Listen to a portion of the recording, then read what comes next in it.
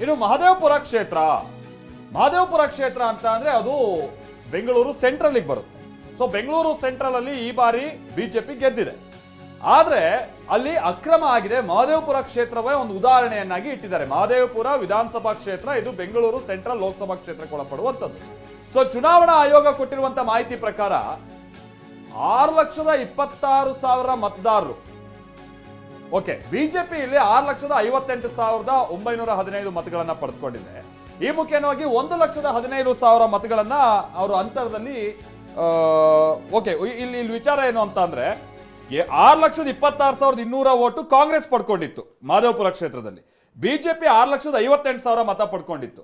ಅಲ್ಲಿಗೆ ಬಿಜೆಪಿ 32,707 ಮತಗಳ ಅಂತರದಲ್ಲಿ ಗೆದ್ದಿದೆ. ಆದ್ರೆ 1,00,000 ಅಂದ್ರೆ ನಕಲಿ ವಿಳಾಸ ಅದರಲ್ಲಿ 40,009 ಮತಗಳಿದೆ. ಆಮೇಲೆ ಒಂದೇ ವಿಳಾಸದಲ್ಲಿ 16 ಮತಗಳಿದೆ.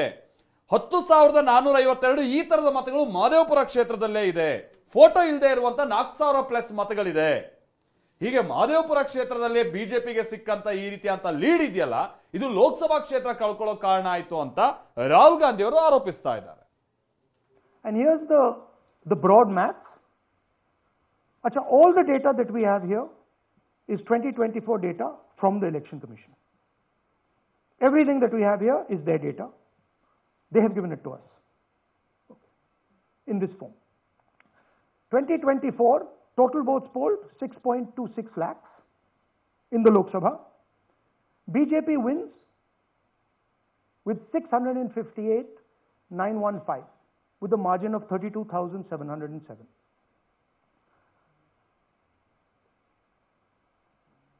But then the interesting thing, we look at Mahadevapura assembly segment,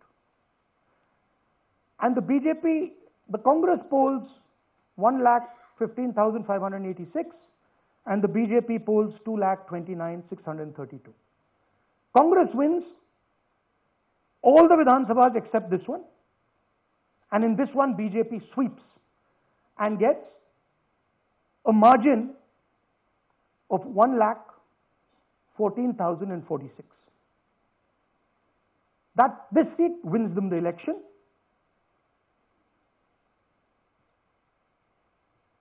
And the Lok Sabha goes in their favor. The same address, the same person, 4 different polling booths. And this is not just one person, this is thousands of people in one. Yes, ಎಷ್ಟು duplicate ವೋಟ್ಸ್ಗಳ ಆಗಿದೆ ಅನ್ನೋದಕ್ಕೆ ಈ ಸಾಕ್ಷ್ಯಗಳನ್ನು ಅವರು ಕೊಡ್ತಾ ಇದ್ದಾರೆ. ಅಂದರೆ Lok Sabha election ಟೈಮ್ನಲ್ಲಿ ಬಿಜೆಪಿಗೆ ಏನು ಬಹುಮತ ಬಂತಲ್ಲ, ಬಹುಮತ ಬಂತು, ಗೆದ್ದಿತು 16 ಕಡೆ. ಆದರೆ ಅದರಲ್ಲಿ ನಾವು ಒಂದು ಕ್ಷೇತ್ರ ಮಾಡ್ಕೊಂಡ್ವಿ, ಎಲ್ಲಿ ನಾವು ಸೋತ್ವೋ ಆ ಕ್ಷೇತ್ರ ಆಯ್ಕೆ ಮಾಡ್ಕೊಂಡಾಗ ಅಲ್ಲಿ ಗಮನಿಸಿದ್ರೆ ಈ ರೀತಿಯಾದಂತಹ ಅಲ್ಲಿ ಮತಗಳ್ಳತನ ಆಗಿದೆ ಅನ್ನೋದು ಪತ್ತೆಯಾಗಿದೆ ಅಂತ ಸಾಕ್ಷ್ಯಗಳನ್ನ ಕೊಡ್ತಿದ್ದಾರೆ ರಾಹುಲ್ ಗಾಂಧಿ.